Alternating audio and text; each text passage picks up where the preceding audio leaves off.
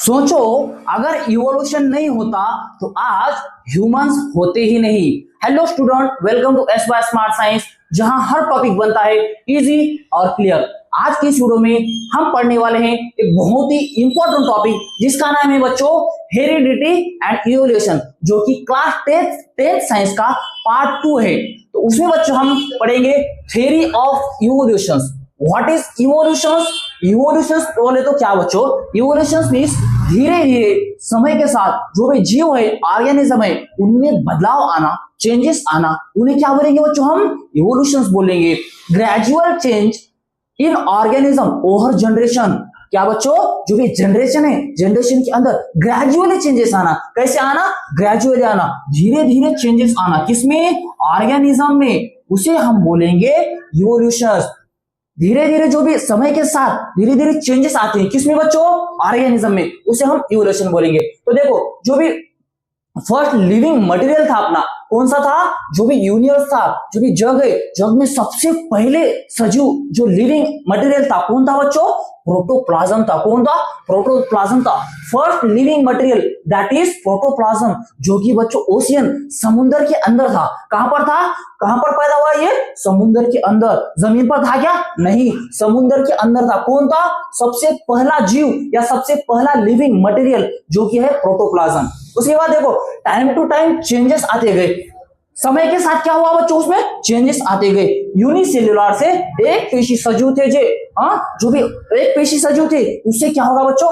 Multicellular या complex organism हो गए। एक पेशी से, यूनिसेल्युलर से क्या होगा बच्चों? कॉम्प्लेक्स ऑर्गेनिज्म तैयार हो गए। एक पेशी जैसे अमीबा है, एक पेशी था, सिर्फ एक सेल से बना है। उसके बाद क्या होगा बच्चों? समय के साथ साथ साथ उसमें मॉडिफाइड होते गया, उसमें ग्रेजुअली चेंजेस आते गए। चेंजेस आने के बाद उसमें क्या होगा? एक नया सब्सटेंस तैयार होगा, नया जीव तैयार होगा, उसे हम बोलेंगे evolution. Changes take place over 300 to 350 crore years. देखो बच्चे, ये जो ग्रेजुअली चेंजेस बोल रहे हैं अपन, धीरे धीरे चेंजेस बोल रहे हैं, वो धीरे धीरे कितने धीरे धीरे बच्चों? 300 से 350 करोड़ साल लग गए बच्चों, जो कि ये चेंजेस आने के लिए कितने साल लगे? 300 से 350 साल नहीं, 300 से 350 करोड़ साल के बाद जो ये चेंजेस आ चुके हैं इसमें, उसे बोलेंगे हम इवोल्यूशन। जो भी ये इवोल्यूशन हुआ है, कितने सालों के बाद हुआ है? 300 या 350 करोड़ साल के बाद हुआ है। तो देखो, अब क्या देखेंगे हम? Evidence of evolution. जो भी ये इवोल्यूशन से इसके क्या पुरावे हैं, इसे हम कैसा प्रूव कर सकते हैं ये इवोल्यूशन हुआ है। तो देखो बच्चों, जो भी अपना फर्स्ट इवोल्यूशन का एविडेंस है, पुरावा है, वो कौन सा है? मॉर्फोलॉजिकल है। मॉर्फोलॉजिकल मीन्स जो भी बाहरी तौर से जो भी दिखता है, बाहर से जैसा दिखता है, उसे हम क्या बोलेंगे? मॉर्फोलॉजिकल। जैसे देखो, animal and plant show many similarities. Animal और बहुत सारे वनस्पति या प्लांट, उनके अंदर क्या रहता है बच्चों? सिमिलरिटीज रहता है, सार के दिखते हैं। कैसे? एक सार के दिखते हैं। जैसे कि बच्चों, structure of mouth, I position, year pin. हम देखते हैं बच्चों, जो भी मेंढी है, बकरी है, या कुत्ता है, और या बहुत सारे हरण है, या बाघ है, या ये इनके क्या है बच्चों? आइज एक पोजीशन पे रहते हैं, या उनका माउथ सेम रहता है, या उनकी जो भी नॉस्ट्रिल्स है बच्चों, नाक है, नाक सेम दिखती है, हमको मालूम है। ईयर पिन ना, देखो बच्चों, जो भी हाथी वगैरह है, और क्या बोलते हैं, बैल, गाय, इनके कान कैसे हैं बच्चों? ईयर पिन ना मींस उनके यहाँ पर क्या है? मसल्स है। मसल की वजह से क्या करते हैं? वो मूवमेंट कर सकते हैं। अपन मूवमेंट कर देंगे बच्चों कान का? नहीं करते। अपने पास ईयर पिन ना है क्या? नहीं है। तो इसमें क्या रहता है बच्चों? स्ट्रक्चर कैसा रहता है? माउथ का सेम रहता है। कुत्ते का स्ट्रक्चर देखो, मेंढी का स्ट्रक्चर देखो बच्चों, और इसका अपना हिरन का स्ट्रक्चर देखो, माउथ का सेम रहता है। उनकी आई पोजीशन, हिरन की आई की पोजीशन, और बहुत सारे अपनी बकरी की आई की पोजीशन, मेंढी की आई की पोजीशन कैसी रहती है बच्चों? सेम दिखती है। उनका ईयर पिन्ना सेम रहता है। उसके बाद जो भी अपने प्लांट्स है, प्लांट्स के अंदर भी कुछ सेम रहते हैं। लीम का झाड़ के पत्ते हो गए, या पेट्यूल्स हो गए। देखो बच्चों, जो भी अपना बेरी का झाड़ होगा, लीम का झाड़ होगा, और इसका क्या बोलते हैं, आम का झाड़ होगा, इनके जो भी लीफ है बच्चों, लीफ कैसे रहते हैं? सिमिलर दिखते हैं। इनमें बहुत सारे सिमिलर रहते हैं। पेट्यूल, सब बहुत सारे प्लांट से उनके पेट्यूल कैसे रहते हैं? सेम रहते हैं बच्चों। तो इनमें क्या दिख रहा है? हमें सिमिलैरिटी दिख रही है।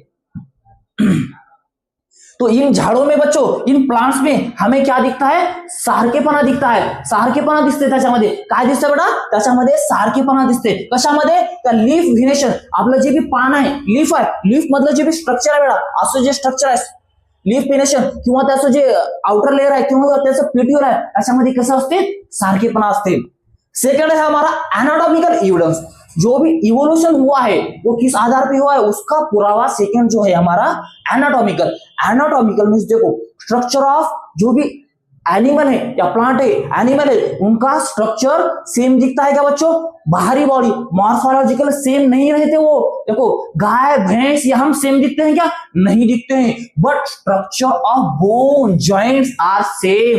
पर जो इनका जो स्ट्रक्चर है बच्चों, किसका?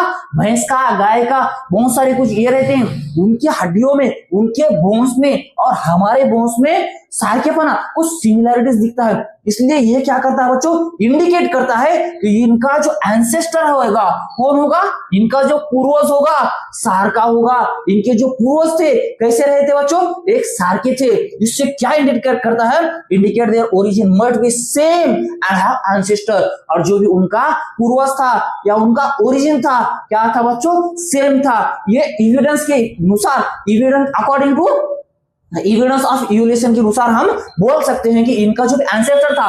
What is mean by ancestor? Ancestor means पूर्वज, जो हमारे से पहले हो चुके थे, हमारे पहले जो ये थे बच्चों, जो भी फैमिली वगैरह बोलते हैं ना, उसे हम क्या बोलेंगे? पूर्वज बोलेंगे. एंसेस्टर उनका क्या था बच्चों? सेम था. तो कौन है? Structure of bones and joints कैसे दिखते हैं? सेम है. एनिमल्स के भी और ह्यूमन के भी बहुत सारे बोन्स के अंदर क्या है बच्चों? सिमिलरिटीज दिखती है. इसलिए सेकंड क्या बोलते हैं इसे?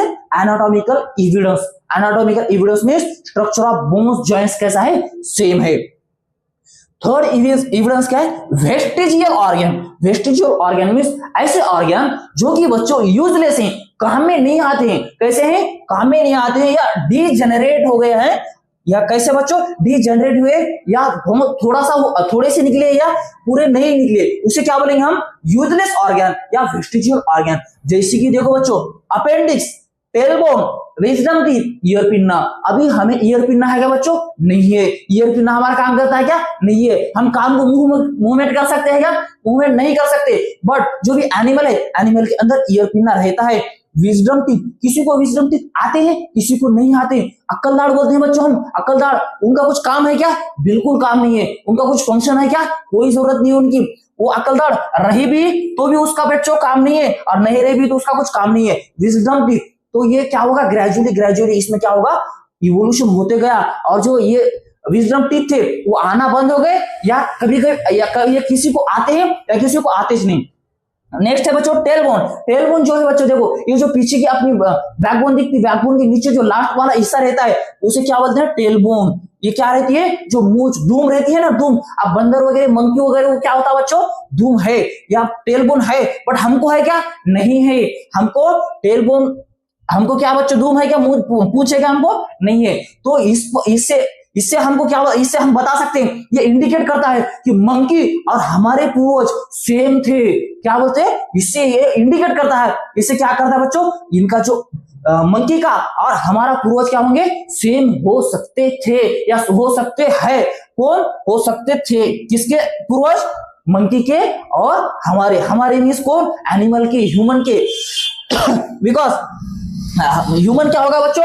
बंदर, जो भी बंदर थे, मंकी थे, वो झाड़ों पे रहने की वजह नीचे आ गए. इसलिए जो ये इन्वायरमेंट के हिसाब से इन्हों क्या हो गए? सर्वाइव हो गए. सर्वाइव होने के बाद इसमें ग्रेजुअली चेंजेस आते गया, चेंजेस आ गया. और जो भी टेल बोन था, जो भी पूंछ थी, ये थी धूम थी, वो निकल गई बच्चों. अब क्या होगा? ह्यूमंस में सिर्फ टेल बोन है, सिर्फ हड्डी है. क्या पूंछ है? क्या नहीं है. उसके बाद नेक्स्ट है अपेंडिक्स. हर इंसान में अपेंडिक्स रहता है बच्चों. बट अपेंडिक्स का कुछ काम है क्या? अपेंडिक्स का कुछ हमारे शरीर में बिल्कुल कोई काम नहीं है. ये क्या? एक्स्ट्रा पार्ट है. ये कभी कभी आगे चल के ये अपेंडिक्स ह्यूमन में क्या होगा बच्चों? अपेंडिक्स बनना बंद हो जाएगा. या अपेंडिक्स जो ऑर्गन है ये क्या होगा बच्चों?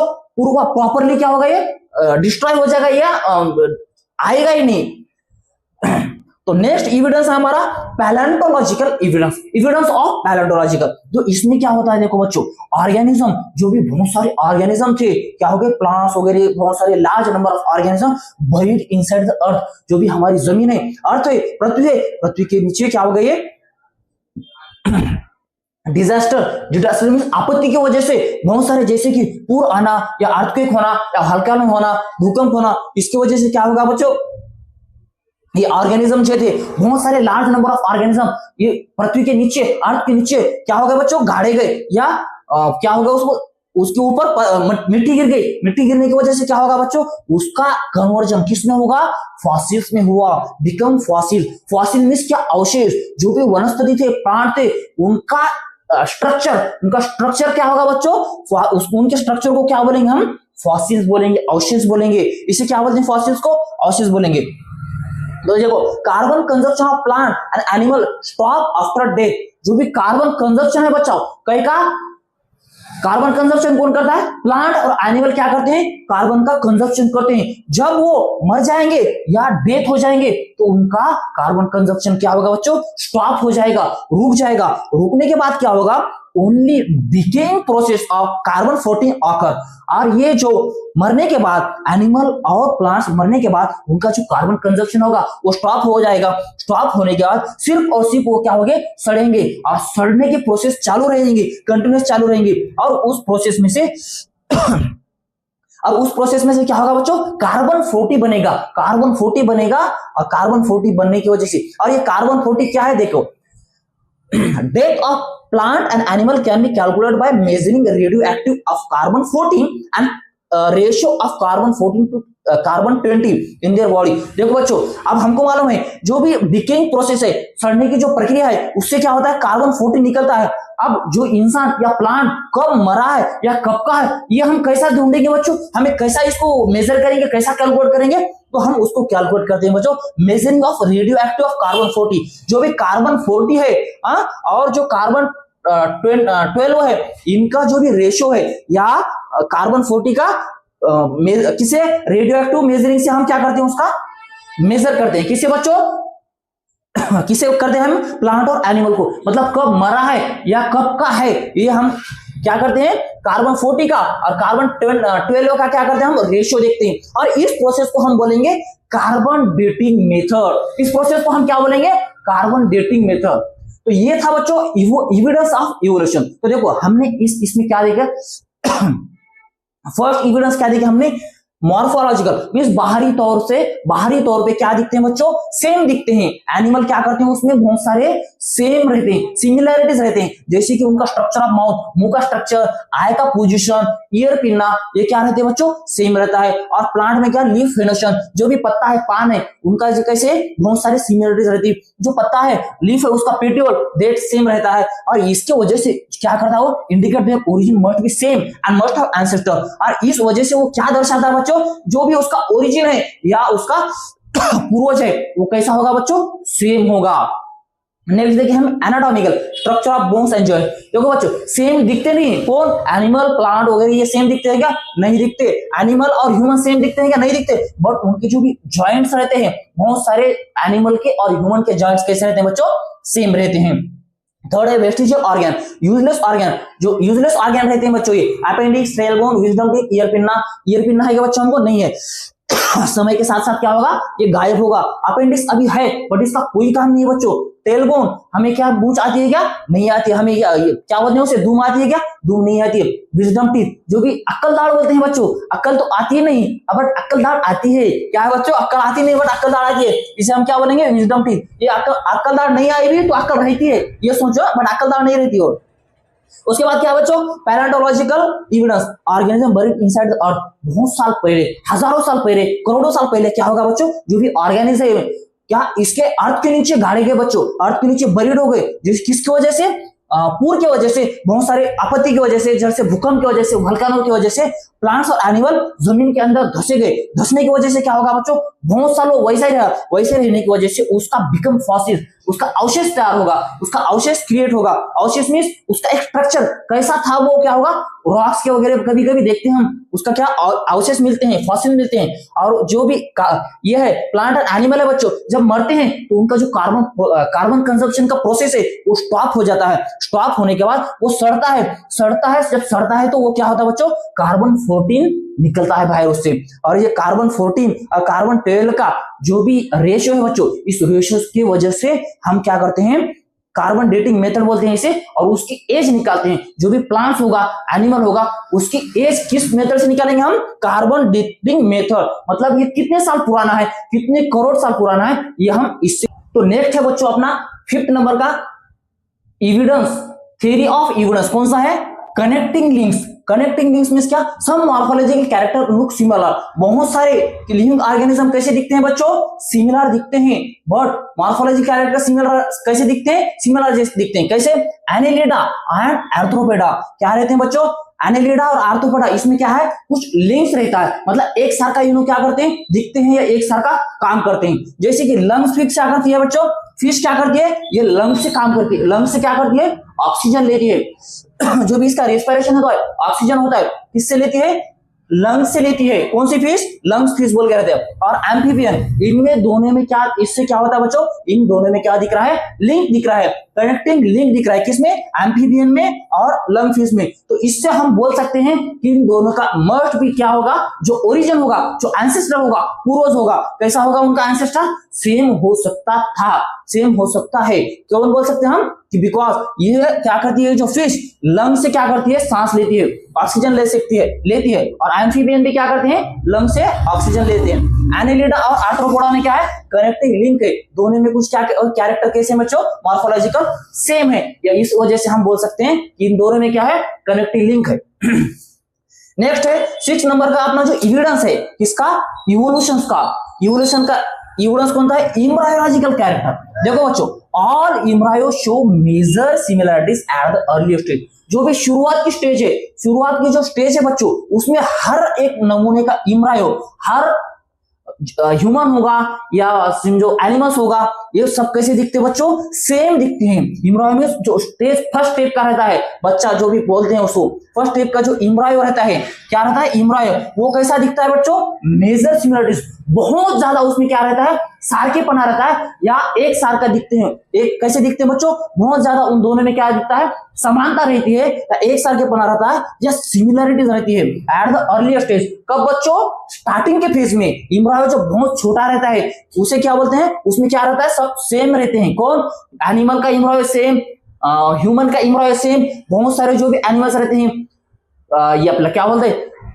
शिप होगा, ये काऊ होगा, बफेलो होगा, इनका सबका जो भी एम्ब्रायो होगा बच्चों, कैसा होगा? सेम होगा। और इस वजह से, और बाद में नेक्स्ट ग्रेजुअली क्या होता है बच्चों? इसमें इनका जो चेंजेस, इनका क्या होता है? सिमिलरिटीज डिक्रीज होते जाते हैं। डिक्रीज होने के बाद क्या होता है बच्चों? ये एम्ब्रायोलॉजिकल कैरेक्टर जो क्या, हर एक ऑर्गेनिज्म अलग अलग हो जाता है। ह्यूमन अलग दिखता है, एनिमल्स अलग दिखता है, बट जो भी स्टार्टिंग फेज रहता है उनका, अर्लियर फेज रहता है एम्ब्रायोलॉजिकल एविडेंस का, कैसा रहता है बच्चों? मेजर सिमिलरिटीज रहती है। तो इस वजह से हम बोल सकते हैं कि हर जो भी एनिमल होगा और ह्यूमन होगा, इनका जो भी एंसेस्टर होगा वो कैसा होगा बच्चों? सेम होगा। जो भी एनिमल है, जो भी भैंस है, गाय है, बैल है, और मेंढी है, बकरी है, और क्या बोलते हैं, बहुत सारे घोड़ा होगा, चित्ता होगा, बाघ होगा, इनका पूर्वज और हमारा पूर्वज सेम हो सकते हैं। क्यों बच्चों? बिकॉज जो भी अर्लियर फेज रहता है किसका?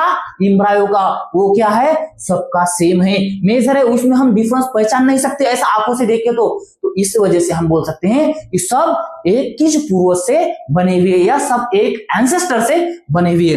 तो ये था बच्चों आज की इस वीडियो का डिटेल एक्सप्लेनेशन। अगर आपको वीडियो पसंद आया हो तो वीडियो को बच्चों लाइक करो और चैनल को सब्सक्राइब जरूर करो। और मिलते हैं बच्चों नेक्स्ट वीडियो में। Till then stay healthy, stay strong.